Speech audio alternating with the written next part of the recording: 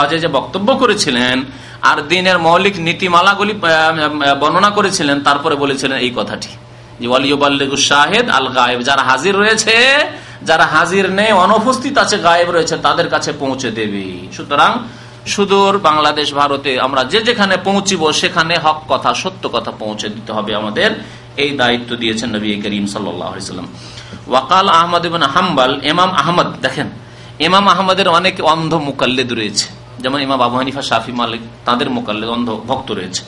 তিনি বলছেন, দেখেন তারা যে সতর্ক করেছেন উম্মতকে, জাতিকে, মুসলিমদেরকে, কি বলছেন? আজব তো লে কওমিন, সে সম্প্রদায়ের জন্য আমি আশ্চর্য হই, সেই সব লোকদের জন্য আমি আশ্চর্য হই, আরাফুল ইসনাদ ওয়া সিহাতাহু, যারা হাদিসের সনদ বুঝলো, সনদ মানে সূত্র, হাদিস বর্ণনা হয়ে কেমন করে এসেছে, কোনখান থেকে, ওয়া সিহাতাহু, আর হাদিস সহিহ না জয়ীফ তাও বুঝলো। যেমন আমাদের দেশের ভালো আলেমগুলির জন্য আশ্চর্য, যে ভালো আলেম হওয়ার পরে মুকাল্লিদ অন্ধ, ভালো আলেম হওয়ার পরে আবার মুরিদ, হ্যাঁ, বা পীর মুরিদের ব্যবসা, এদের জন্য আশ্চর্য। একটা মূর্খ মানুষ, জাহেল, নিরক্ষর মানুষ, কিছু জানে না, বা স্কুল কলেজের প্রফেসর, কিন্তু ইসলাম সম্পর্কে জিরো শূন্য কিছু জানে না, সে যদি বিদাত করে তো বলা যেতে পারে জাহেল, মূর্খেরা কিছু জানে ইসলাম সম্পর্কে।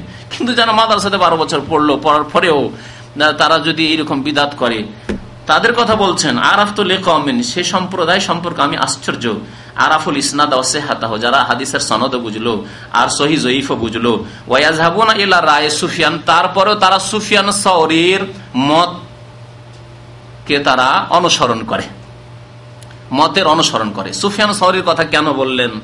ইতিহাস রয়েছে, মযহাবের ইতিহাস রয়েছে। পরবর্তীকালে 4 মযহাবে সীমিত করে দিয়েছে লোকেরা, 4 মযহাবের লোকেরাই বাকি থেকে গেছে, মানে 4 মযহাবের অনুসারীরা। কিন্তু এই আইম্মাদের যুগে আরো অনেক মযহাবের অনুসারী ছিলেন এবং ইমাম ছিলেন, অনেক মযহাবের অনুসারী লোকেরাও ছিলেন আর ইমামও ছিলেন। ইমাম আবু হানিফা, শাফি, মালিক, আহমদ ছাড়াও ইমাম সুফিয়ান সাওরী ছিলেন। ইমাম সুফিয়ান সাওরী ইরাকের অধিবাসী ছিলেন, তার বহু ভক্ত অনুসারী ছাত্র এবং হাজার হাজার তার অনুসারী মুকাল্লিদ ছিল। যেমন হানাফি মযহাবের মুকাল্লিদ অনেক হানাফি আছেন কিনা, কোটি কোটি, তেমনি মালিকি লক্ষ লক্ষ মালিক, লক্ষ লক্ষ হাম্বলি রয়েছে, শাফি রয়েছে কোটি কোটি। ঠিক তেমনি হাজার হাজার সুফিয়ান সাওরীর মুকাল্লিদ ছিল সেই যুগে, যারা সহিহ হাদিস, অনেক সহিহ হাদিস বাদ দিয়ে সুফিয়ান সাওরীর মতকে প্রাধান্য দিত। এইরকম আর একজন ইমাম ছিলেন, তার ভক্ত আবু সৌর। সেই যুগে এশিয়ার মধ্যে শুধু 6টি ইমামের অনুসারী ছিল, মানে 6 মযহাবের অনুসারী ছিল। তাহলে আজকাল প্রচলিত মযহাবের আলোকে বলতে হলে 6 মযহাবের অনুসারী ছিল। নতুন কথা শোনেন, আপনাদের জন্য হয়তো অনেকের জন্য নতুন, জানেন না। আর আফ্রিকার মধ্যে এক ইমাম ছিলেন ইবনে হাজম, আর ইবনে হাজমের মতে আর এক ইমাম ছিলেন ইমাম দাউদ জাহিরি। এই দাউদ জাহিরের অনুসারী ইবনে হাজম আর এইরকম অনেক শত শত লোক এই দাউদ জাহিরির মযহাবের অনুসরণ করতেন। তাহলে টোটাল কয়টি মযহাব হলো জানেন? 7টি মযহাব হলো। সেই যুগে 7 জন ইমামের অনুসারী ভক্ত ছিল, যাদের বলা যেতে পারে যে 7 মযহাবের অনুসারী। ইমাম আবু হানিফা, শাফি, মালিক, আহমদ, আর ইমাম সুফিয়ান সাওরী, আর ইমাম আবু সৌর, আর ইমাম দাউদ জাহিরি। এই দাউদ জাহিরির মযহাবের ওপর 6-7 খণ্ডে ফিকহের কিতাব রয়েছে। আল মুহাল্লা যে কিতাবের নাম আমার কাছে রয়েছে, সেই কিতাব। তাহলে যেমন তেমন মযহাব নাই, যে মযহাবের উপর এত বড় কিতাব লেখা হয়েছে, আল মুহাল্লা নামক কিতাব, ইমাম ইবনে হাজমের, যিনি আফ্রিকার লোক ছিলেন। তো তাহলে যদি মযহাবের তাকলিদ করা ফরজ হতো, তাহলে ওই যুগে তো 7টি মযহাব ছিল, বাকি 3টি মযহাব ধীরে ধীরে ধীরে ধীরে মরে গেল কেন? তাহলে ওগুলোকে টিকিয়ে রাখতে হইতো। তারপরে মরতে মরতে মরতে 4টি বাঁচলো, আর 4টি কেমন করে আঁকড়ে ধরলে এক শ্রেণীর লোকেরা যে বাবা এক ইসলামকে 4 ভাগে বিভক্ত করে ফেললো। আবার 4 ভাগে যে কত ভাগ হলো তা আল্লাহ পাক জানে।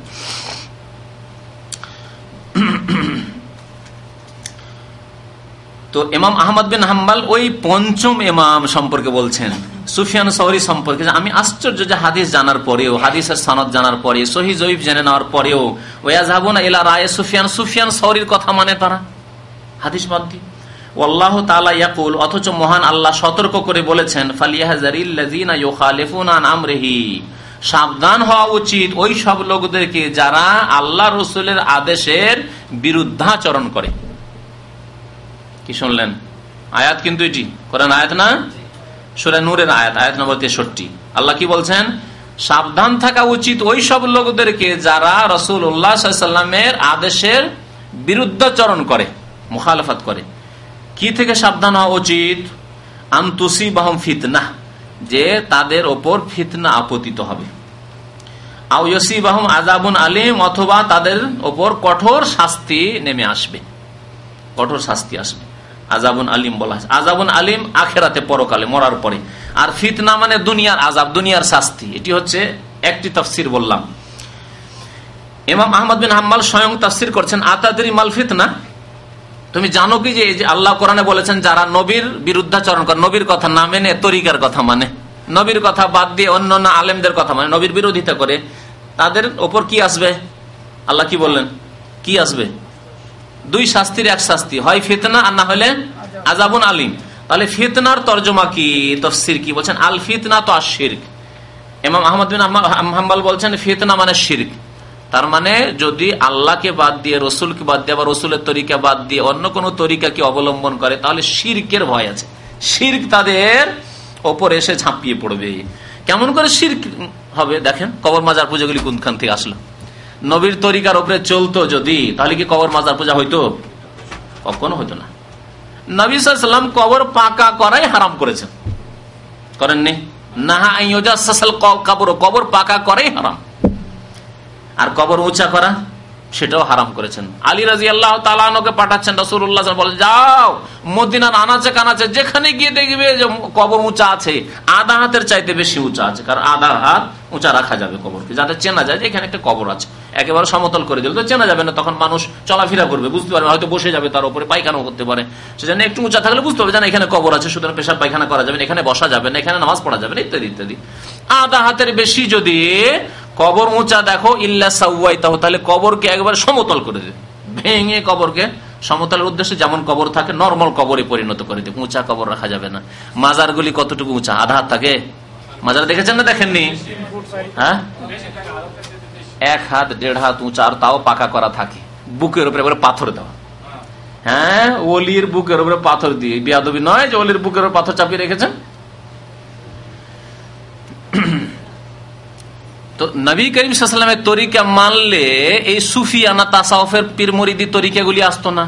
আর পীর মুরিদি তরিকা না আসলে এইরকম অন্ধ ভক্তরা কবর পাকা করতো না। আর কবর পাকা না হলে ওরসের মেলা লাগতো না। আর ওরসের মেলা না লাগলে খাসি মোরগ জবাই হতো না, আর সেজদাও হইতো না কবরে। বুঝতে পারছেন শেষ পরিণাম কোথায় পৌঁছালো? কবর পাকা করে।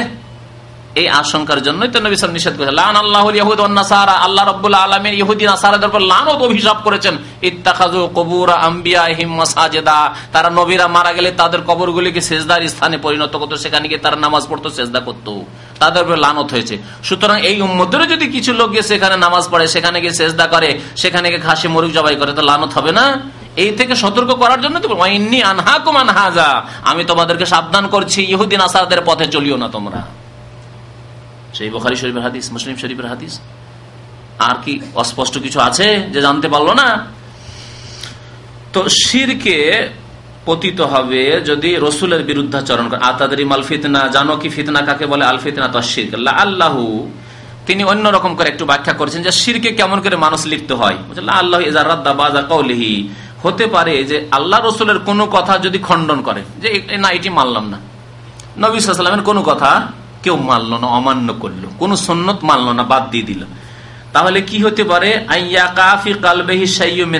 তাহলে হতে পারে অন্তরে সামান্যতম বক্রতা সৃষ্টি হতে পারে। নবীর কথা না মানলে তখন অন্তর বাঁকা হয়ে যায়, আল্লাহর গজব। নবীর রাস্তা ছেড়ে দিলে, নবীর হাদিস ছেড়ে দিলে, তখন অন্তর বাঁকা, এদিকে ওইদিকে বাঁকা হয়ে গেল। যখন বাঁকা হয়ে যাবে তখন ফায়াহলেকো, হালাক হয়ে যাবে, ধ্বংস হয়ে যাবে। কারণ নবীর রাস্তা থেকে বাঁকা হলেই আর অন্তরে বক্রতা আসলে মানুষ ধ্বংস হয়। নাস্তিক হয় কেন মানুষ? অন্তরে বক্রতা, আল্লাহর তৌহিদ ছেড়ে দিয়েছে, নাস্তিক হয়ে গেছে। মুশরিক হয় কেন? আল্লাহর তৌহিদ ছেড়ে দিয়েছে, এদিক সেদিক চলে গেছে, কবর মাজার এই সেই সবে লেগে গেছে। তো এইভাবে মানুষ ধ্বংস হয়। আর একটি হাদিস শোনেন, ওয়ান আদি ইবনে হাতিমিন, যাতে রয়েছে এই আসল আজকের বিষয়বস্তুর ব্যাখ্যা। আদি ইবনে হাতিম রাদিয়াল্লাহু তাআলা। আদি ইবনে হাতিম জানেন কে? হ্যাঁ, কে ছিলেন? হাতেম তাইর ছেলে। হাতেম তাইর কিসসা কাহিনী আমাদের দেশে খুব মশহুর, প্রসিদ্ধ, জানেন না? হাতেম তাই কিসে তিনি মশহুর ছিলেন? অত্যন্ত সাখী এবং দাতা ছিলেন। হাতেম তাই ছোটকাল থেকে সাখী ছিলেন। যখন 12-14 বছরের ছেলে, আমরা ওই আদবের কিতাব মানে সাহিত্য, আরবি সাহিত্যের কিতাবে হাতেম তাইর জীবনী পড়েছি। হাতেম তাই 12-13 বছরের ছেলে, দাদার উঁট চড়াতে। দাদা খুব পয়সাওয়ালা মানুষ, উঁটের বড় বড় পাল ছিল, অনেক শত শত উঁট তার। তো এই হাতেম তাইদের বাড়ি ছিল সৌদি আরবে যে হায়েল আছে না, হায়েল এলাকার দিকে। তো হাতেম তাই ছোট ছেলে দাদার উঁট চড়েছে। কিছু লোক দূর থেকে এসছে, মুসাফির, অচেনা লোক, আসার পরে বললো যে তোমাদের তো এত উঁট আর আমরা অনাহারে আছি, না খেয়ে আছি, মুসাফির মানুষ, তো আমাদের জিয়াফত করো না, খাওয়াও না একবার। তখন হাতেম তাই 12-13 বছরের ছেলে বলছে আপনার কয়জন আছেন? বলছে আমরা বেশি না, 10-12 জন আছি। তখন জয়জন লোক তয়জনের জন্য তয়টি উঁট জবাই করে দিলেন। 12 জন ছিলেন, 12টি উঁট জবাই করে দিলেন। 12টি উঁট 12-13 বছরের ছেলে দিল জবাই করে। আর কার উঁট? দাদার উঁট। দাদা উঁট চড়াইতে পাঠিয়েছে। দাদা জানতে পারলো, আশেপাশের ছেলেরা এসে বললো আর জানো তোমার নাতি কি করেছে? 12 জনের জন্য 12টি উঁট জবাই করেছে। একটা উঁটে 100টি লোক খাবে হয়তো। হ্যাঁ, খাওয়াইলে আমাদের দেশের মতো করে খাওয়াইলে 50-100টি লোককে একটা উঁটে খাওয়ানো যাবে। আরবদের মেহমান নওয়াজি এরকমই হইতো। আজকালও দেখছেন না, একটা দুটা যদি মেহমান হয় তার জন্য গোটা গানাম নিয়ে এসে, একবারে সিদ্ধ গানাম নিয়ে এসে থালার উপরে রেখে দিল। দেখেছেন না? দেখেননি? হ্যাঁ, তাহলে এটি তাদের পুরনো ট্রেডিশন, এটা কোনো নতুন ব্যাপার নাই। উট আপনারা তো শুধু হয়তো ছাগলই দেখেছেন, কিন্তু উট হয় এখনো। বড় বড় যেগুলি পার্টি হয় তার যে গোটা উটকে কাটাকাটি হয় না, কাটাকাটি হয় ছোট ছোট মোটো পার্টিতে। বড় পার্টি হলে গোটা উটকে চড়িয়ে দেওয়া হয়েছে, তারপরে গোটা উটকে এমন করে সিদ্ধ করে দেওয়া হয়েছে, নিয়ে এসে দস্তরখানে একটা গোটা উট হাত পা নাক মুখ সব রেখে দেওয়া হয়েছে। হ্যাঁ, এখনো তা আছে।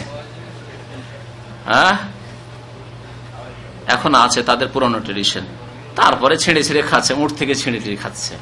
জিভা বেরিয়ে আছে, দেখেছেন? ছাগলের জিভা বেরিয়ে আর ছাগল জিভার উপরে ঘাস লেগে আছে, তা দেখেছি এরকম আমি। হ্যাঁ, খাচ্ছে। তো হাতেম তাই করলেন, পুড়িয়ে খাওয়াইতে শুরু করলেন। আর ওইদিকে দাদা জানতে পেরেছে, আসার পরে এসে দিকে কথা তো সত্যি। তারপরে তাকে ধমক দিয়ে বাড়ি থেকে তাড়িয়ে দিল। আর বাড়িতে চড়তে দেবো না, দুষ্ট কোথাকার, তুমি আমার এতটি উটকে তুমি নষ্ট করলে। বাড়ি থেকে তাড়িয়ে দিল। বাড়ি থেকে যখন তাড়িয়ে দিল তার দাদা, তখন সে একটি কবিতা পাঠ করে, ছোট্ট থেকে কবিতা রচনা করতে পারত। কবিতা পাঠ করলো যে যাক, আমি ভালো কাজই তো করেছি, খারাপ কাজ তো করিনি, কোনো অপরাধ করেছি? অপরাধ তো করিনি, এই জন্য যদি বাড়ি থেকে আমার দাদা তাড়ায় কোনো অসুবিধা নেই। এই হাতেম তাইর ঘটনা। তার ছেলে আদি সৎ মানুষ যদি হয় তো তার ছেলেও সৎ হয়, তাই না? আল্লাহ তখন ভালো তৌফিক দেয়। সৎ মানুষের ছেলেদেরকে আল্লাহ ভালো তৌফিক দান করে। এর বাস্তব প্রমাণ হচ্ছে আদি বিন হাতেম। এই হাতেমের ছেলে আদি রাদিয়াল্লাহু তাআলা আনহু মুসলমান হয়ে গেলেন। এরা বংশগত খ্রিস্টান ছিলেন, এরা মুশরিক পত্তলিক না। মক্কার লোকেরা মুশরিক, মদিনার লোকেরা মুশরিক অথবা ইহুদি ছিল, কিন্তু এই সব এলাকায়, হাইল এলাকায় কিছু খ্রিস্টান ছিল, যেমন নাজরান এলাকায় কিছু খ্রিস্টান ছিল, আরব জগতে, জাজিরা আরবে। তো আদি বিন হাতেম বংশগত খ্রিস্টান ছিলেন। আদি মুসলমান হয়েছেন, হাতেম সময় পায়নি, কিন্তু আদি রাদিয়াল্লাহু তাআলা তিনি মুসলমান হয়েছেন। এই আদি বিন হাতেম বলছেন যে আমি খ্রিস্টান ছিলাম, মুসলমান হলাম। নবী করিম সাল্লাল্লাহু আলাইহি ওয়াসাল্লাম আমার সামনে একটি আয়াত পাঠ করলেন, আন্নাহু সামিআন নবী সাল্লাল্লাহু আলাইহি ওয়াসাল্লাম ইয়াকরাউ হাযিহিল আয়াহ। এই আয়াতটি পাঠ করে শোনাল। কি আয়াত? ইত্তাখাযু আহবারাহুম ওয়া রুহবানাহুম আরবাবাম মিন দুনিল্লাহ ওয়াল মাসীহ ইবনে মারইয়াম। খ্রিস্টানদের সম্পর্কে আয়াত নাযিল হয়েছিল, খ্রিস্টানদের সম্পর্কে এই আয়াত নাযিল হয়েছিল। আদি বিন হাতেম যেহেতু খ্রিস্টান থেকে মুসলমান হয়েছিলেন, তাই নবী করিম সাল্লাল্লাহু আলাইহি ওয়াসাল্লাম এই আয়াতটি শোনালেন তাকে, যে তারা অর্থাৎ খ্রিস্টানরা ইত্তাখাযু তারা সাব্যস্ত করেছে, মেনে নিয়েছে আহবারাহুম তাদের আলেমদেরকে, তাদের পণ্ডিতদেরকে। আহবার হাবরুনের জামা, হাবরুন মানে আলেমুন। আমাদের ইসলামিক ভাষায় যেমন শরীয়তের কোরআন এবং হাদিসের পণ্ডিতদেরকে কি বলা হয়? আলেম, ওর বহু বচন হচ্ছে ওলামা, তাই না? ইহুদি খ্রিস্টানদের ধর্মীয় যারা পণ্ডিত, তাওরাত ইনজিলের বাইবেলের যারা পণ্ডিত, তাদেরকে বলা হতো হাবর, একজন হাবর, আর বহু বচন হচ্ছে আহবার। আল্লাহ বলছেন তাদের আলেম পণ্ডিতদেরকে তারা কি করেছে? সাব্যস্ত করেছে, বানিয়েছে। আর কাদেরকে? ওয়া রহবান আহম, রহবান রাহেবের জামা, রাহেব মানে পুরোহিত, ধর্মযাজক যারা, সাধু। হিন্দুদের যেমন সাধু সন্ন্যাসী, হ্যাঁ, তেমনি ইহুদি খ্রিস্টানদের মধ্যে তার পুরোহিত, জি। আর মুসলিম সমাজে বলা যেতে পারে আবেদ, হয়তো আলেম নয় কিন্তু বড় পরেজগার, আল্লাহওয়ালা, তাহাজ্জুদ পড়ে, চাস্তের নামাজ পড়ে, ইশরাকের নামাজ পড়ে, খুব নেক লোক, সবসময় যখন দেখেন মসজিদে শুধু কখনো কোরআন নিয়ে আছে, কখনো নামাজ পড়ছে, এইরকম লোক। এটা হচ্ছে সুন্নতি আবেদ। আর বিদাতি রহবান আমাদের মুসলিম সমাজের হচ্ছে এই পীর মুরিদির ব্যবসায়ীরা, যারা তসবি নিয়ে তসবি জপছে আর লোকজনকে স্বীকার করছে, হ্যাঁ। তো পীর মুরিদির ব্যবসায় যারা বিদাতি জিকির আজকার করছে, এরা রহবান। ইসলামে রহবানিয়াত নাই। নবী করিম সাল্লাল্লাহু আলাইহি ওয়াসাল্লাম রহবানিয়াত ফিল ইসলাম, ইসলামে এ পুরোহিত্য নেই। ইসলামে রহবানিয়াত অর্থাৎ বৈরাগ্যবান, সন্ন্যাসী হয়ে যাবে, ঘর সংসার ছেড়ে দিবে, সংসার ত্যাগ করবে, স্ত্রী ছেড়ে দিবে, ছেলে মেয়েদেরকে ছেড়ে দিয়ে বনে জঙ্গলে চলে যাবে, আর শুধু আরাধনা উপাসনায় মেতে থাকবে, ইসলামে জায়েজ নেই, হারাম। এটি আগের যুগে ছিল, ইহুদি খ্রিস্টানদের মধ্যে ছিল। তো আল্লাহ রাব্বুল বলছেন যে খ্রিস্টানরা কি করেছিল, তাদের ধর্মীয় জ্ঞানীদেরকে অর্থাৎ পণ্ডিতদেরকে, আহবার ও রহবান আহম, তাদের পুরোহিতদেরকে, ধর্মযাজকদেরকে তারা আরবাব মিন দুনিল্লাহ, আল্লাহকে বাদ দিয়ে রব বানিয়ে ফেলেছে, প্রভু বানিয়ে ফেলেছে। ওয়াল মাসিহ ইবনে মারইয়াম, আর মারইয়ামের সন্তান মাসিহ আলাইহিস সালাম, ঈসা আলাইহিস সালামকেও তারা রব বানিয়ে ফেলেছে। তারা ঈসা আলাইহিস সালামের পূজা করা শুরু করেছিল ইবনুল্লাহ, আল্লাহর পুত্র বলে। হ্যাঁ, আল্লাহকে ভেতরে আল্লাহর পুত্রকে রাজি রাখতে হবে। যেমন দেশে নেত্রীকে খুশি করতে হলে তার ছেলেকে খুশি রাখতে হবে, ঠিক না? তার ছেলের মাধ্যমে তার মা পর্যন্ত পৌঁছা যাবে, এসব আছে কি নেই? হ্যাঁ। তো ওই রকমই আল্লাহ রাব্বুল আলামিন সম্পর্কে খ্রিস্টানদের ভ্রান্তি আর গুমরাহি হচ্ছে যে তারা মনে করতো যে আল্লাহর পুত্র ঈসা মাসিহ, আর ঈসা আলাইহিস সালামের পূজা করলে আল্লাহকে পেয়ে যাব। যেমন পীর ভক্তরা, পীর রাজি তো আল্লাহ রাজি, পীর এই চেনের মাধ্যমে, এই সিঁড়ি তাদের। হ্যাঁ, ইসলামের সিঁড়ি আছে না নেই? ইসলামের সিঁড়ি আছে। এই ইসলামের সিঁড়ির নাম কি বলেন তো দেখি? অনেকবারই কিন্তু আমি বলি এই ক্ষেত্রে, কারণ বিদাতিরা বলে যে বিনা সিঁড়িতে আল্লাহ পর্যন্ত কি করে পৌঁছিবে। তা আমরা পীর ধরি, পীরের মুরিদ হই, এটা হচ্ছে আমাদের সিঁড়ি, ওসিলা, এর মাধ্যমে আল্লাহ পর্যন্ত পৌঁছিব, ঠিক কিনা? আপনি একজন তাওহীদবাদী মুসলিম, সুন্নাতের অনুসারী মুসলিম, আপনি ওসব বিদাত করে পীর মুরিদের ব্যবসায় বিশ্বাসী নন। তো আপনাকে যদি বলি আল্লাহ পর্যন্ত পৌঁছিতে হবে, এর সিঁড়ি কি? ঈমান এবং সৎ আমল। কেন ভুলে যান? ইন্নাল্লাযীনা আমানু ওয়া আমিলুস সলিহাত, কোরআনে কত জায়গায় রয়েছে? বহু জায়গায় রয়েছে, যেখানে সেখানে কোরআনে কারিমে যেখানে মুমিনের কথা এসেছে, যেখানে আল্লাহ কি বলেছেন? ঈমান এবং সৎ আমল। প্রথম ঈমান ঠিক করতে হবে, আর তারপরে ভালো আমল। ভালো আমল বলে দিলে নামাজ, রোজা, হজ, জাকাত, শুধু নামাজ বলে কি হবে? শুধু নামাজ দিয়ে তো কাজ হবে না, তাহলে সমস্ত সৎ আমল লাগবে। যেমন আল্লাহর হকের সৎ আমল লাগবে, তো মানুষের হকের সৎ আমল লাগবে। একজন লোক যদি খুব নামাজি হয় আর মা বাবাকে কষ্ট দেয়, তাহলে মুক্তি পাবে? পাবে না। তাহলে মা বাবারও হকের সৎ আমল লাগবে, আত্মীয় স্বজনদের যে হক রয়েছে তার সৎ আমল লাগবে, ঠিক না? ছেলে মেয়েদের তরবিয়তের যে সৎ আমল, সেটিও লাগবে। কেউ যদি নিজে শুধু নামাজি, আমাদের দেশের বুড়া নামাজি গুলি তো ওইরকমই নামাজি, টুপি আর দাড়ি আর একবারে পাঞ্জাবি আর চিল্লা লাগায়, আর একটিও ছেলে বাড়িতে নামাজ পড়ে না, একটিও বউ বেটি পর্দা করে না, এরকম বহু আছে, আছে না? মুক্তি পাওয়া যাবে না? মুক্তি পাওয়া যাবে। নবী সাল্লাল্লাহু আলাইহি ওয়াসাল্লাম তুলনা করেছেন একটি বাড়িকে, একটি মুসলিম পরিবারকে, একটি মুসলিম সমাজকে একটি পানি জাহাজের সাথে। পানি জাহাজে যদি ছিদ্র করতে থাকে নিচে থেকে, আর আপনি ওপর তালায় বসে থাকেন, মানে আপনি মুসল্লি ওপর তালায় বসে আছেন, আর আপনার বউ বেটি সব ছিদ্র করছে, আপনার ছেলেগুলি সব বেনামাজি সব ছিদ্র করছে পানি জাহাজ, তো পানি জাহাজ ডুববে না? ডুববে না। আর ডুবলে শুধু আপনার বউ বেটি ধ্বংস হবে, আর আপনার ছেলেগুলি ধ্বংস হবে, আর আপনি বুড়া বেঁচে যাবেন না? আপনিও ধ্বংস হবেন। আপনি যদি বলেন আমি তো 2 তলাতে আছি, মানে আমি তো নামাজি, আমি কেন জান্নাত পাবো না? আমি এত চিল্লা লাগালাম, কেন জান্নাত পাবো না? পাওয়া যাবে? কখনো পাওয়া যাবে না। ওই 2 তলাও ডুববে। নিচে তলায় যখন পানি ভর্তি হয়ে যাবে, তারপরে 2য় তলায় পানি, তারপরে জাহাজটা পুরোটাই পানির তলায় তলিয়ে যাবে। এর সাথে উদাহরণ দিয়েছেন নবী করিম সাল্লাল্লাহু বুখারী শরীফের হাদিস। মুসলিম সমাজকে, মুসলিম পরিবারকে এর সাথে উদাহরণ দেওয়া হয়। সুতরাং আপনাকেও ভালো হইতে হবে, আপনার পরিবারকেও ভালো করতে হবে। তাহলে সৎ আমল বলতে হবে, তাহলে সবগুলি আমল চলে আসবে, সবগুলি আমল চলে আসবে। তো আমাদের আল্লাহ পর্যন্ত পৌঁছার সিঁড়ি আল্লাহ কোরআনে বহু জায়গায় বলেছেন ঈমান এবং আমল সালেহ। ওয়াল আসরি ইন্নাল ইনসানা লাফি খুসর ইল্লাল্লাযিনা আমানু ওয়া আমিলুস সলিহাত ওয়া তাওয়াসাউ বিল হাক্কি ওয়া তাওয়াসাউ বিস সাবর। এগুলি হলো সিঁড়ি, এগুলি সিঁড়ি। এই দুটি ভুলবেন না। দুটি বললে সবগুলি চলে আসবে। হ্যাঁ, ইসলামের দাওয়াতও চলে আসবে, অন্যকে ইসলামের দাওয়াত দেওয়াও চলে আসবে, মানুষের হকও চলে আসবে, আল্লাহর হকও চলে আসবে, সব চলে আসবে। ঈমান এবং সৎ আমল হচ্ছে সিঁড়ি। আর কোন ব্যক্তি সিঁড়ি হতে পারে না, সেই ব্যক্তির যে কি অবস্থা তাই তো জানা নেই। তারা কি আশরা মুবাশশারা নাকি?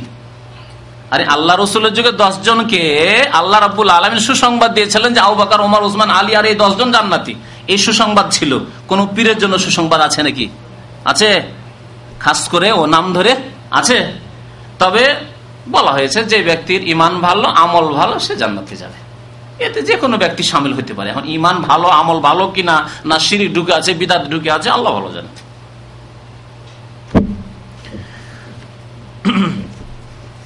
তো খ্রিস্টানরা তাই করেছিল।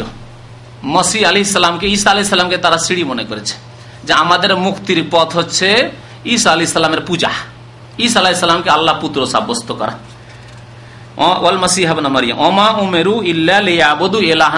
অথচ তাদেরকে একমাত্র এক এলার ইবাদতের আদেশ করা হয়েছিল। তিনি কে? এক এলাহ কে? আল্লাহ রাব্বুল আলামিন। ওমা উমেরু, তাদেরকে আদেশ করা হয়েছিল একমাত্র ইলাহান ওয়াহিদা, এক আল্লাহ রাব্বুল আলামিনের ইবাদতের। লা ইলাহা ইল্লা হুয়া, যার ছাড়া আর কোন সত্য মাবুদ নেই, সত্য উপাস্য নেই। সুবহানাহু, তিনি পাক ও পবিত্র।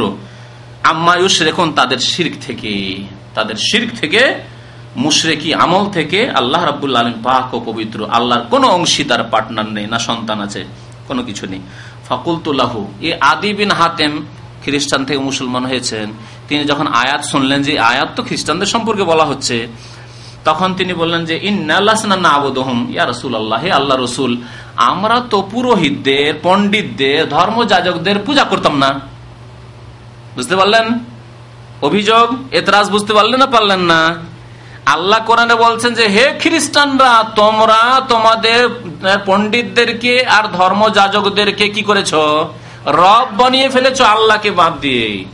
আদি বিন হাতেম বুঝতে পারলেন না ব্যাপারটি, যে খ্রিস্টানদের সম্পর্কে এরকম কথা কেন বলা হলো।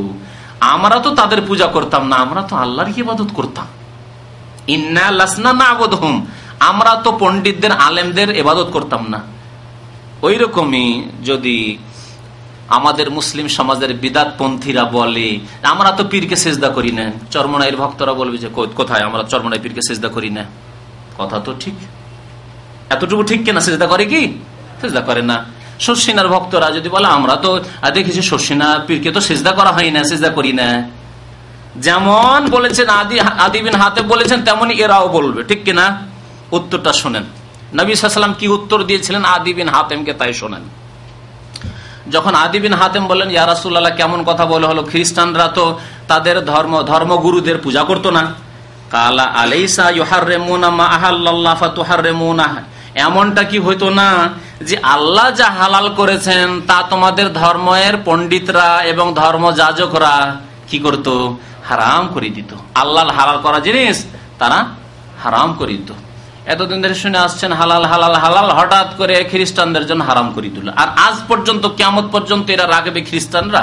খ্রিস্টানদের যে ভ্যাটিকানের যে পোল কি বলে, জন পোপ, হ্যাঁ, যে বড় পাদ্রীকে এখনো ক্ষমতা দেওয়া আছে খ্রিস্টানদের পক্ষ থেকে যে সারা বিশ্বের খ্রিস্টানদের জন্য কোনো কিছুকে যে কোনো সময় হালাল হারাম করতে পারে, এখনো ক্ষমতা দেওয়া আছে। ভ্যাটিকানের বাবা যে একটা মরলো, আবার আর একটা কি এলো, তো যে কেউ আসুক না কেন তাকে এই ক্ষমতা দেওয়া আছে যে কোনো কিছুকে হালাল করতে পারে, হারাম করতে পারে, খ্রিস্টানদের জন্য বৈধ করতে পারে, অবৈধ করতে পারে। কোনো আদেশ যদি চালু করে দেয়, জারি করে দেয়, যে ফরমান যে এটা করতে হবে খ্রিস্টানদেরকে, তাহলে লাজিম করতে হবে। এটা হচ্ছে আইন, তাদের ধর্মীয় আইন, তাদের খ্রিস্টানদের। মুসলিমদের আছে যে কাবা শরীফের ইমাম যদি কোরআন এবং হাদিসের বিরুদ্ধে একটি জিনিস হালাল করে দেয়, হারাম করে দেয়, তা হারাম হালাল হবে কি? হবে না। কিন্তু পীর পূজারীদের মধ্যে এরকম আছে, পীরের তরিকার ওজিফা, যা ওজিফা দিল মানতে হবে, যা ওজিফা দিল ওজিফা মানতে হবে, কোরআনে থাক আর হাদিসে না থাক, দিয়েছে পীর সাহেব দিয়েছে মানতে হবে। এরকমটা আছে, কারোর মধ্যে কম, কারোর মধ্যে বেশি আছে, কারোর মধ্যে একবারে ডাহা কুফুরি আছে, কুফুরি পর্যন্ত আছে। দেওয়ানবাগির কথা অনেকবারই বলেছি, দেওয়ানবাগির পত্রিকা, কি পত্রিকাটা আসে দেওয়ানবাগি বলতে পারেন? হ্যাঁ, কেউ জানেন না? দেওয়ানবাগির পত্রিকা বলতে পারেন তো আপনি, মনে হয় বলে গেছেন। এই দেওয়ানবাগির পত্রিকা একটা কপি আমার কাছে এসেছিল, তা দেখলাম যে এক মুরিদ গিয়েছে দেওয়ানবাগির কাছে, মুরিদ গিয়ে ওয়াজিফা চেয়েছে, তাকে ওয়াজিফা দিচ্ছে। প্রথম ওয়াজিফা হচ্ছে যে তোমাকে নামাজ 5 ওয়াক্ত বাদ দিতে হবে, 5 ওয়াক্ত নামাজ কি করতে হবে, বাদ দিতে হবে, তাহলে আমার খাস মুরিদ হইতে পারবে তুমি। কারণ যতক্ষণ নামাজ পড়বে ততক্ষণ শয়তান গ্রাস করতে পারবে না, নামাজটা ছেড়ে যখন আসবে তখন শয়তানে তোমাকে গ্রাস করে নিবে, তখন পাকা মুশরিক হয়ে আমার মুরিদ হইতে পারবে। জি, এটা হচ্ছে তার ব্যাখ্যা। তো শোনেন নবী করিম সাল্লাল্লাহু আলাইহি ওয়াসাল্লাম কি বললেন এই আদি বিন হাতেমকে, আল্লাহ যা হালাল করেছেন তা তোমাদের ধর্মযাজকরা পণ্ডিতরা যখন হারাম করে দিত ফাতুহাররিমুনাহু, তখন তোমরা হারাম মনে করতে লাগতে না, অথচ তোমাদের বাইবেলে ইনজিলে হালাল আছে কিন্তু হারাম করে দিলে কেন, তোমাদের পুরোহিতরা হারাম করেছেন। ওয়ায়ুহিল্লুনা মা হারামাল্লাহ, আল্লাহ হারাম করেছেন আর তোমাদের ধর্মযাজকরা হালাল করে দিল, তখন তোমরা হালাল মনে করতে না, ফাতুহিল্লুনাহু, হালাল মনে করতে না করতে না, জিজ্ঞাসা করলেন। বুঝতে পারলেন প্রশ্ন? ফাকুল, তো তখন আদি বিন হাত বলে, হ্যাঁ এটা করতাম, আমরা ধর্মযাজকদের এত মানতাম যে তারা একটা কিছু বলে দিলে আমরা তা অবশ্যই মানতাম, এতদিন হালাল কিন্তু এখন হারাম হয়ে গেল কেন, আমাদের ধর্মযাজকরা পণ্ডিতরা বলেছেন, হুজুররা বলেছেন, তাদের হুজুররা। ওই রকম যদি মুসলিম ধর্মের এইরকমই করেন যে আমার হুজুরজি বলেছেন এতদিন হালাল কিন্তু এখন হারাম, এতদিন হারাম এখন হালাল, এইরকম যদি করেন, আমার নেতা, আমার মালিক, আমার পার্টির নেতা, আমার রাষ্ট্র নেতা হারাম করেছেন তাই হারাম, জায়েজ বলছেন তাই জায়েজ, বৈধ বলেছেন তাই বৈধ, তাহলে এই হাদিসের আওতাভুক্ত হবে। কালা ফাতিলকা ইবাদাতুহুম, নবী করিম সাল্লাল্লাহু আলাইহি ওয়াসাল্লাম বলেন এটি তো হচ্ছে তাদের পূজা করা, যে তারা হালাল করে দিল হারাম জিনিসকে তাই তুমি হালাল করে নিলে, আর তারা হারাম করে দিল হালাল জিনিসকে তাই তুমি তাকেও হারাম মনে করে নিলে, এটি হচ্ছে তাদের পূজা করা। তাহলে একে বলা হয় শিরকুত্তা, এর নাম হচ্ছে শিরকুত্তা। শিরকুত্তা মানে কি, আনুগত্যের ক্ষেত্রে শিরক, আনুগত্যের ক্ষেত্রে শিরক, অর্থাৎ আল্লাহর আনুগত্য করতে হবে, রাসূলের আনুগত্য করতে হবে, আর অন্যদের আনুগত্য আল্লাহ রসুলের বিধানের আওতাতে করতে হবে। কেউ যদি আল্লাহ রসুলের আনুগত্য ছাড়াও মানুষের আনুগত্য করে, আল্লাহ রসুলের বিরোধিতা করে যদি মানুষের আনুগত্য করে, তাহলে এটি হচ্ছে শিরকুত্তা, আনুগত্যের শিরক, আনুগত্যের শিরক, মনে রাখবেন। এই হাদিসটি ইমাম আহমদ রহমতুল্লাহ আলাইহি বর্ণনা করেছেন মুসনাদ আহমদে, ইমাম তিরমিজি বর্ণনা করেছেন এবং ইমাম তিরমিজি হাদিসটিকে হাসান বলেছেন। সাল্লাল্লাহু আলাইহি মুহাম্মদ। স্পষ্ট হাদিসের অর্থ না স্পষ্ট নয়? যদি কারো প্রশ্ন থাকে করেন, সময় বেশি নেই। হ্যাঁ, কত প্রশ্ন?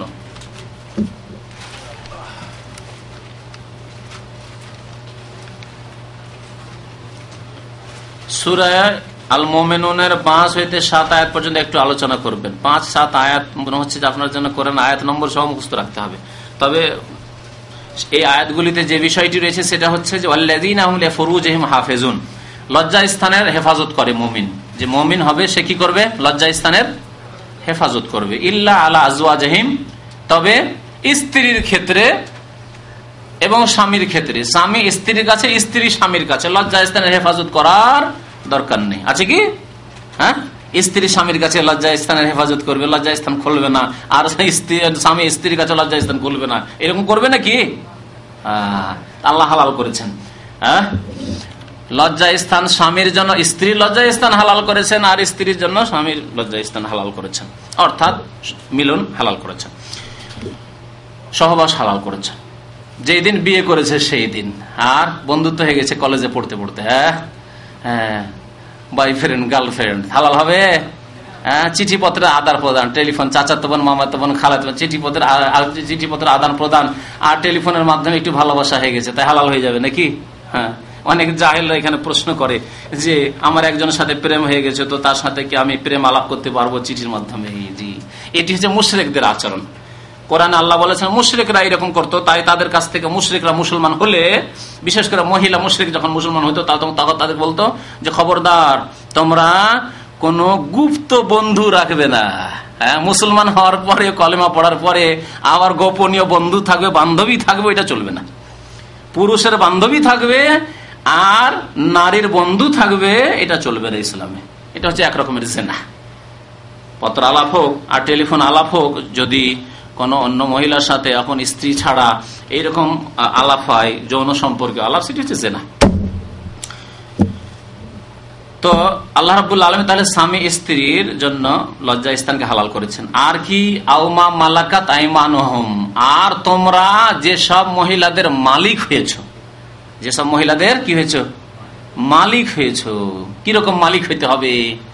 এটি হচ্ছে কিসের মালিক জানেন? এটি হচ্ছে দাস দাসীর মালিক হওয়া, দাসত্বের মালিক। এটি হচ্ছে চাকরানি নয়, যে আপনার বাড়িতে গরিব হওয়ার কারণে চাকরি করতে এসছে, কাজের মেয়ে তারা নয়, খাদেমা নয়, কাজের মেয়ে নয়, পাকশাক করার জন্য রেখেছেন, আপনার ছেলে মেয়েদের খেদমতের জন্য রেখেছেন, আপনার কাপড় ধোয়ার জন্য, কাপড় আয়রন করার জন্য রেখেছেন, তারা নাই, এরা স্বাধীন। তাহলে যাদের কথা আল্লাহ মালাকাত আইমানুহুম বলেছেন, তারা কারা, কোথা থেকে আসে? গত শুক্রবার বা তার আগের শুক্রবারের রাতের আলোচনা, এশার নামাজের পরের আলোচনায় বিস্তারিত আলোচনা হয়েছে। যেসব ভাইরা রাত্রে ছিলেন তারা বলেন তো দেখি এই বিষয়টি কোথা থেকে আসে? এই দাসী কোথা থেকে আসে? জেহাদ থেকে আসে। তাহলে জেহাদ থাকলে এই দাসী আসবে, আর জেহাদ না থাকলে এই দাসী আসবে না। এখানে কয়েকটি কথা বলেছিলাম, কে সিরিয়ালি বলতে পারে? হাত উঠান তো দেখি। হ্যাঁ, আজকালকার জামানায় জেহাদ আছে না নেই? শরীয়তে আছে কিন্তু বাস্তবে নেই। দুটি কথা, নেই বলে দিলেন হট করে কাজ হবে না, ভুল হয়ে যাবে।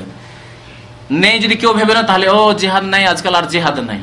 তাহলে আমাদের তো কিছু বিদাতি আলেমরা বলছে যে আজকাল আর অস্ত্রের জেহাদ নেই, আজকালকার জেহাদ কি, যখন ইলেকশনের সময় আসবে তখন একটা বড় ইসলামিক দল দেখে এসে দায়ী করে একটা কি দিবেন, হ্যাঁ, ব্যালট বক্সে একটা ভোট দিয়ে দিবেন, আমাদেরকে ভোট দিবেন, আওয়ামী লীগ বিএনপি কে দিবেন না, আর জাতীয় পার্টিকে দিবেন একটা, আমাদেরকে দিয়ে দিবেন, তো একটা বড় জেহাদ হয়ে যাবে।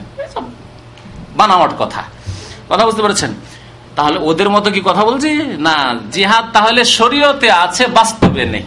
শরীয়ত আর বাস্তব দুটো আলাদা জিনিস। হ্যাঁ, শরীয়তে 5 ওয়াক্ত নামাজ আছে কিনা? মুসলিম সাবালক হলে 5 ওয়াক্ত নামাজ পড়তে হবে, কিন্তু শতকরা 95 জন মুসলিম নামাজ পড়ে না। তাহলে বাস্তবে শতকরা 5 জন নামাজি আছে, আর শরীয়তে প্রত্যেক সাবালকের জন্য নামাজ, সাবালিকার জন্য নামাজ আছে, আছে না নেই? ঠিক তেমনি ইসলামে জেহাদ আছে, কিয়ামত পর্যন্ত বাকি থাকবে। নবী করিম সাল্লাল্লাহু আলাইহি ওয়াসাল্লাম বলেছেন যে কোন জালেম রাজা এসেও, তা জালেম রাষ্ট্রনেতা এসেও তা ক্যান্সেল করতে পারবে, রহিত করতে পারবে না। আর কেউ ন্যায় বিচার করতে এসেও তা রহিত করতে পারবে না। আমি ন্যায় বিচার করতে চাই সুতরাং জেহাদ রাখবো না, তাও চলবে না। কিয়ামত পর্যন্ত জিহাদ থাকবে। তাহলে জিহাদ ইসলামী শরীয়তে, কোরআন এবং হাদিসে কিয়ামত পর্যন্ত আছে, যেটি একটি ফরজ ইবাদত, কিন্তু তার শর্ত আছে, তার স্থান আছে, সেগুলিকে সামনে রেখে তখন জিহাদ হবে। আর বাস্তবে জেহাদ নেই, যে কথাটি বলছিলাম, বাস্তবে জেহাদ নেই, আছে কি? তাহলে বাস্তবে যখন জিহাদ নাই বললাম, তাহলে বোঝা গেল যে বাংলাদেশ আব্দুর রহমান বাংলা ভাই যেসব কাজ করছে এগুলির নাম জিহাদ নয়, মিথ্যা কথা। এগুলি হচ্ছে গুমরাহি, তাদের জিহাদ নয় এগুলি। জিহাদ, তাহলে জিহাদ নেই কেন বাস্তবে? এখন প্রশ্ন এগিয়ে দিচ্ছে একটু একটু করে। 2 সপ্তাহ আগে বলেছি, তো বলেন আপনারা। হ্যাঁ, আমিরুল মুমিনিন নেই আমাদের। জিহাদের জন্য কি হইতে হবে আমাদের? তাহলে এখানে আরেকটি কথা হল, জিহাদ 2 প্রকার, একটা হচ্ছে প্রতিরক্ষামূলক জিহাদ, আর একটা হচ্ছে আক্রমণাত্মক জিহাদ। প্রতিরক্ষামূলক জিহাদ হলে আছে, আপনি আপনার বাসাতে আছেন, একটা উদাহরণ দিচ্ছি, আপনার বাসাতে আছেন আর দুটো ছিনতাইকারী গিয়ে মারধর করা শুরু করেছে আপনাকে, কি বলবেন? ভাই যত মারবে মেরে না, আমি কিছু বলবো না, তাই বলবেন না আপনিও মারবেন? বলেন দেখি। হ্যাঁ, আপনার বাড়িতে ঢুকে গেছে আর মালধন ছিনতাই করেছে, নারীদের ইজ্জত লুটছে, সেই সময় আপনি সেই জালেমদেরকে মারবেন না আপনি হাত বুকে করে বসে থাকবেন? না, ঠিক আছে, এক গালে মেরেছে আর এক গালেও। হ্যাঁ, ইসলাম এটা আছে কি যে এক গালে মেরেছে আর এক গালে মারো না? বরং মান কোতেলা দুনা মালিহি ফাহুয়া শাহীদুন, কেউ যদি নিজের ধন সম্পদের হেফাজত করতে গিয়ে মারা যায় তাহলে সে শহীদ। মান কোতেলা দুনা ইরজিহি, তার বিবিদের ইজ্জত, মেয়েদের, বোনদের ইজ্জতের হেফাজতের জন্য কেউ যদি মারা যায় তাহলে সে শহীদ। তাহলে বোঝা গেল আপনার বাড়িতে চোর ডাকাত ঢুকেছে আর মারধর করছে, সেই সময় আপনি মারতে গেলেন, চোর ডাকাতকে মারতে গেলেন, সেই সময় আপনাকে মেরে দিল, আপনি শহীদ, হত্যা হয়ে গেল, তাহলে আপনি শহীদ। আর এই সময় অস্ত্র ছেড়ে বসে থাকলে হবে না, অস্ত্র ব্যবহার করতে হবে। এটি হচ্ছে প্রতিরক্ষামূলক লড়াই, এটি হচ্ছে প্রতিরক্ষামূলক লড়াই। এটা আপনার বাড়ির উদাহরণ দিলাম। দেশের উদাহরণ দিই, বাংলাদেশের ওপর প্রতিবেশী কোনো দেশের পক্ষ থেকে বা যে বাইরে থেকে, দূর থেকে হোক, এসে আক্রমণ হয়েছে। আফগানিস্তানের উপর আক্রমণ হলো, আফগানিস্তানের মুসলমানদের উপর। আফগানিস্তানের লোকেরা বসে থাকবে যে কাফের দেশটিকে দখল করে নিয়ে যাক আর ধন সম্পদ লুটে নিয়ে যাক, আর মুসলমানরা বসে থাকবে না, মারবে? মারবে। এটি হচ্ছে প্রতিরক্ষামূলক, আমার দেশের হেফাজতের জন্য, আমার বাড়ির হেফাজতের জন্য, আমার ধন সম্পদের হেফাজতের জন্য, আমার তেল পেট্রোলের হেফাজতের জন্য, ইত্যাদি ইত্যাদি আমি লড়াই করব। এটি হচ্ছে প্রতিরক্ষামূলক জিহাদ। প্রতিরক্ষামূলক জিহাদের জন্য আমিরের প্রয়োজন নেই। আপনার বাড়িতে আক্রমণ হয়েছে, আপনার শহরে দেখছেন যে একটা কাফের ঘুরছে আর আমাদেরকে মারার জন্য ঘুরছে, মেরে দেন আপনি। বুঝতে পেরেছেন? এর জন্য কিন্তু আমিরের প্রয়োজন নেই। কিন্তু বাংলাদেশে কি এমনটা অবস্থা আছে? এমন অবস্থা আছে কি? নেই। তাহলে বাংলা ভাই আব্দুর রহমানের থিওরি বাতিল। দ্বিতীয় জেহাদ হচ্ছে আক্রমণাত্মক জেহাদ, মানে কাফেরদেরকে ইসলামের দাওয়াত পৌঁছানোর জন্য সেই দেশে কি করতে হবে? আক্রমণ করতে হবে ইসলামের দাওয়াত পৌঁছানোর জন্য। এই জেহাদের জন্য আমির শর্ত, মানে রাষ্ট্রনেতা শর্ত। ইসলামিক রাষ্ট্রনেতা আমিরুল মুমিনিন। আমাদের আমিরুল মুমিনিন নেই, আছে কি? মুসলিম বিশ্বে সৌদি আরব ছাড়া অন্য জায়গায় আমিরুল মুমিনিন নেই। যখন আমিরুল মুমিনিন নাই, মানে আমিরুল মুমিনিন কি হবে? তাহলে এটাও জানতো আমিরুল মুমিনিন নেই। তো বলবেন যে আমার তো রাষ্ট্রপতি আছে। যে কোনো মুসলিম দেশের লোকের বলে আমাদের রাষ্ট্রপতি তো আছে, অমুক বিশ্বাস, অমুক তমক আছে, তো নামগুলি তো ভালোই। হ্যাঁ হ্যাঁ। তো আমিরুল মুমিনিন কে? আমিরুল মুমিনিন সেই ব্যক্তি যিনি কোরআন এবং হাদিস দিয়ে বিচার করবেন, দেশ চালাবেন। কোরআন এবং হাদিস দিয়ে যদি দেশ পরিচালনা করা হয়, এক্ষুনি বাংলাদেশে শুরু হয়, এক্ষুনি পাকিস্তানে শুরু হয়, তাহলে বলবো যে সেটি হচ্ছে কি ইসলামিক দেশ, এবং আমিরুল মুমিনিন পেয়ে গেলাম, আমরা পেয়ে গেছি। এমনকি যদি সংখ্যালঘু মুসলমান হয়, যেমন ভারতে সব সময় মুসলমান সংখ্যালঘু ছিল, ছিল না? মোগলদের যুগে কি মুসলমানের সংখ্যা বেশি ছিল নাকি? কখনো ছিল না। সব সময় হিন্দুদের সংখ্যা বেশি ছিল। এখনো যেমন হিন্দুদের সংখ্যা বেশি আছে, তখনও হিন্দুদের সংখ্যা বেশি ছিল। কিন্তু মুসলমানদের সংখ্যা কম হলেও রাষ্ট্রনেতা কে ছিলেন? মোগলদের যুগে, ইংরেজদের আগে মুসলমান ছিলেন। বাবর ছিলেন, আকবর ছিলেন, জাহাঙ্গীর ছিলেন, শাহজাহান ছিলেন, বিশেষ করে আলমগীর আওরঙ্গজেব যিনি ছিলেন সত্যি সত্যি ইসলামিক বাদশাহ, আমিরুল মুমিনিন। তো তারা ছিলেন আমিরুল মুমিনিন। তখন সংখ্যালঘু মুসলমান হলেও তখন আমাদের আমিরুল মুমিনিন ছিল। আমাদের পূর্বপুরুষ যারা মুসলমান ছিলেন ভারত উপমহাদেশে, তখন অখণ্ড ভারতে সবই ভারত ছিল, তখন আমাদের আমিরুল মুমিনিন ছিলেন। তাহলে বাদশাহ আলমগীরের পক্ষ থেকে যদি আদেশ হতো যে জিহাদের জন্য মুসলিম বেরিয়ে পড়তে হবে, কারণ সংখ্যালঘু হলেও তারা ইসলাম দিয়ে ফয়সালা করত, ইসলাম দিয়ে দেশ পরিচালনা করত। এখন আমাদের যখন আমিরুল মুমিনিন নেই, তখন আমাদের এই জিহাদ নেই। যখন জিহাদ নেই, তাহলে কাফেরদের স্ত্রীরা, নারীরা, বোনেরা কোথেকে আসবে আমাদের ঘরে? হ্যাঁ, লুকিয়ে ডাকাতি করে ছিনতাই করে তো নিয়ে আসা যাবে না, কিডন্যাপ করে নিয়ে আসা ইসলামে জায়েজ নাই। আজকাল যে কিডন্যাপ শুরু হয়েছে, হয়নি? আজকাল বিভিন্ন জায়গায় কিডন্যাপ হচ্ছে বিভিন্ন উদ্দেশ্যে। কোন মুসলিম যদি বলে, বাংলা ভাইওয়ালা মুসলিম, যে আমরা কাফেরদের নারীদেরকে কিডন্যাপ করে নিয়ে চলে আসবার, এটি আমাদের দাসী হয়ে গেল, চলবে না? চলবে না। বীর মুজাহিদের মতো আমিরুল মুমিনিনের নেতৃত্বে লড়াই করে পরাজিত করে কাফেরদেরকে, তারপরে যে মহিলাগুলি পাওয়া যাবে সেগুলি হলো দাসী।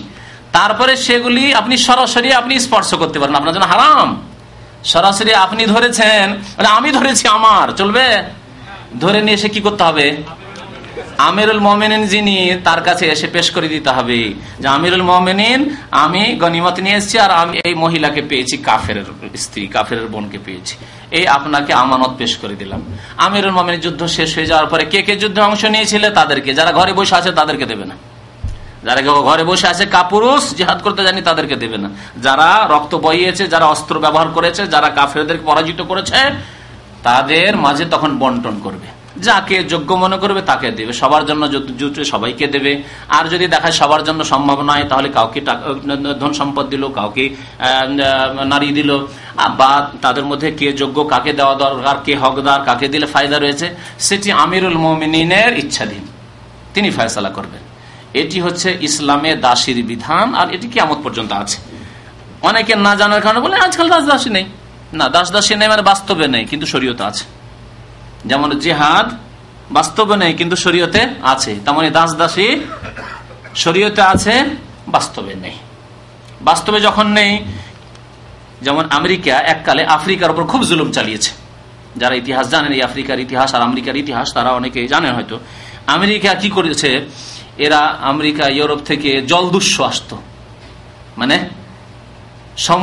সামুদ্রিক ডাকাত, এরা ডাকাতি করতো আফ্রিকায়, আটলান্টিকের তীরে আসতো, আর আসার পরে আফ্রিকান লোকগুলিকে ধরে ধরে জাহাজে ভরে বকরি ছাগলের মতো করে নিয়ে চলে যেত। অনেকে রাস্তায় মরে সাফ হয়ে, আর অনেককে নিয়ে যেত দাসদাসী বানিয়ে, তখন এদেরকে দাসদাসী করে ইউরোপ আমেরিকাতে রাখতো। জি, কাফেরদের কাছে হালাল হারামের কোনো পার্থক্য নেই, কিন্তু একজন মুসলিম যে আল্লাহকে ভয় করে, পরকালে বিশ্বাসী, তার জন্য জায়েজ নয় যে তার পয়সা আছে সুতরাং কিনে নিয়ে চলে আসবে, অথবা ক্ষমতা আছে কাউকে জবরদস্তি উঠিয়ে নিয়ে চলে আসবে আর তার দাসী হয়ে যাবে, এটা ইসলামে নেই, হালাল হবে না, সেটি জেনা হবে, সেটি জেনা। কিন্তু বীর পুরুষের মতো লড়াই করে আসবে আমিরুল মুমিনের নেতৃত্বে, তারপরে কাফেরদের নারীদেরকে বোনদেরকে পেলে সেগুলি তখন তাদের জন্য হালাল হবে, কিন্তু আমিরুল মুমিন যাকে দেবে তার জন্য হালাল হবে, এবং তার জন্য 1 মাস ইদ্দতও আছে, 1 মাস হাইজ হওয়ার পরে তারপরে হালাল হবে। জি, আশা করি যথেষ্ট এই সম্পর্কে। ওয়াসাল্লাল্লাহু আলা নবিয়িনা মুহাম্মদ। قال رسول الله صلى الله عليه وسلم لأن يهدي الله بك رجلا واحدا خير لك من حمر النعم